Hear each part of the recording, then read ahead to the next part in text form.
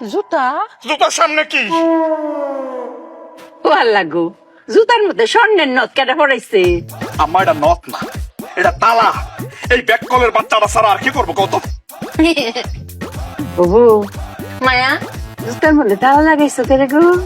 অনেক বুদ্ধি কাটিয়েছি মায়া। আবারও বুদ্ধি। কেমনটা লাগে? ও বউ, তোমার না কতবার কইরা কই বউ গো, আর তুমি বুদ্ধি কাটাইও না। কেন হিরাবার বুদ্ধিটা কাটাইছো?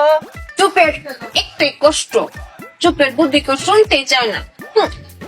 ওফু, কষ্ট যখন একটা, কষ্ট একটু পরে শেষ হইব।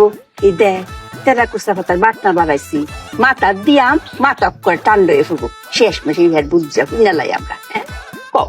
ক।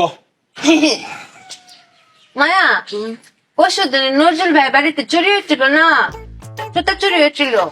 তখন আমি বুদ্ধি কাটিয়ে বের করেছি, এই চোর যদি আমাদের বাড়িতে আসে জুতা চুরি করছে, তখন এই জন্য জুতাতে তালা মেরে রেখেছি।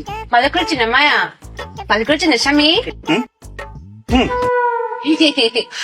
বুদ্ধি গো মায়, তুমি অনেক বুদ্ধি কাটাইছো।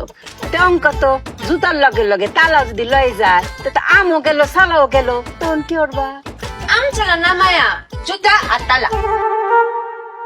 ওই তো এখন জুতা আর তালা গেল, তখন কি হইব? এখানেই তো মায়া বুদ্ধি দিয়ে তব্দে লাগিয়ে ফেলেছি।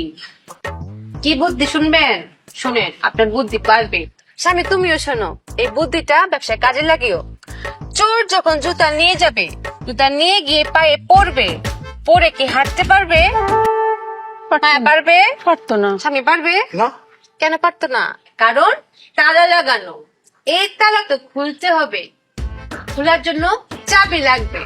তখন চোর চাবি খুঁজতে খুঁজতে খুঁজতে খুঁজতে চুপিয়ার কাছে আসবে, এসে বলবে চুপি আপা, চুপি আপা চাবিটা দেন।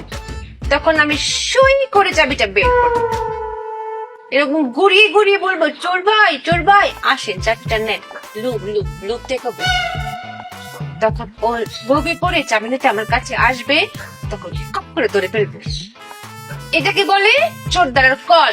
ফাঁদ ফাঁদ মেশিন বেঁধেছে, বুঝেছেন মায়া? অনেক বুদ্ধি কাটিয়েছি না? ওরে ব্যাক কলের বাচ্চা। তোর কি তোর বাপ লাগে নাকি রক্তের কেউ তোর? রক্তের জন্যই তো না তো, চাবির জন্যই তো। কারণ চাবির চুপির কাছে।